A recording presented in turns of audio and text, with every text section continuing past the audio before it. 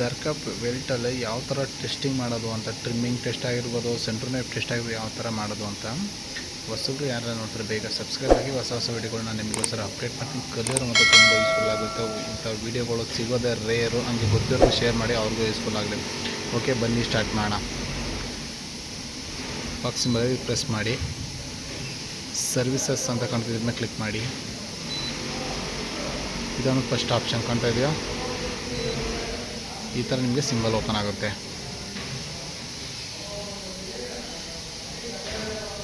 ಓಕೆನಾ, ಆಮೇಲೆ ಇದ್ರ ಮೇಲೆ ಕ್ಲಿಕ್ ಮಾಡಿ, ನಿಮಗೆ ಆಪ್ಷನ್ಗಳು ಓಪನ್ ಆಗುತ್ತೆ.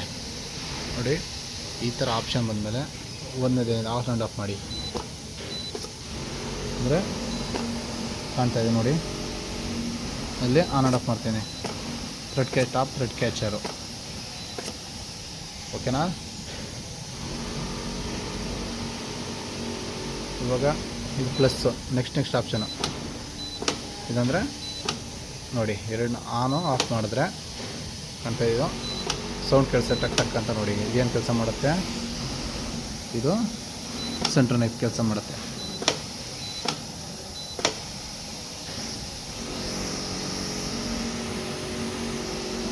ಸೆಂಟ್ರ್ ನೈಫ್ ಕೆಲಸ ಮಾಡುತ್ತೆ ಇದು. ಓಕೆ, ನೆಕ್ಸ್ಟ್ ನನಗೆ ಟ್ರಿಮ್ಮಿಂಗ್ದು ಚೆಕ್ ಮಾಡ್ಬೇಕು ನಾನು, ಅಂದರೆ 5 Y5. ನೆಕ್ಸ್ಟ್ ಸೌಂಡ್ ಕೇಳಿಸ ಟಕ್ ಟಕ್ ಅಂತ ಈ ಥರ ಟೆಸ್ಟ್ ಮಾಡೋದು. ಓಕೆನಾ, ನಾನು ಕೊಟ್ಟಿರೋ ಮಾಹಿತಿ ಇಷ್ಟ ಆಗಿದರೆ ಲೈಕ್ ಮಾಡೋದಂತೂ ಮರಿಬೇಡಿ. ತಿರ್ಗಾ ಬ್ಯಾಕ್.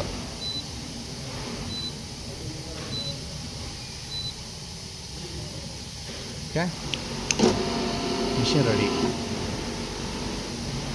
ಓಕೆ.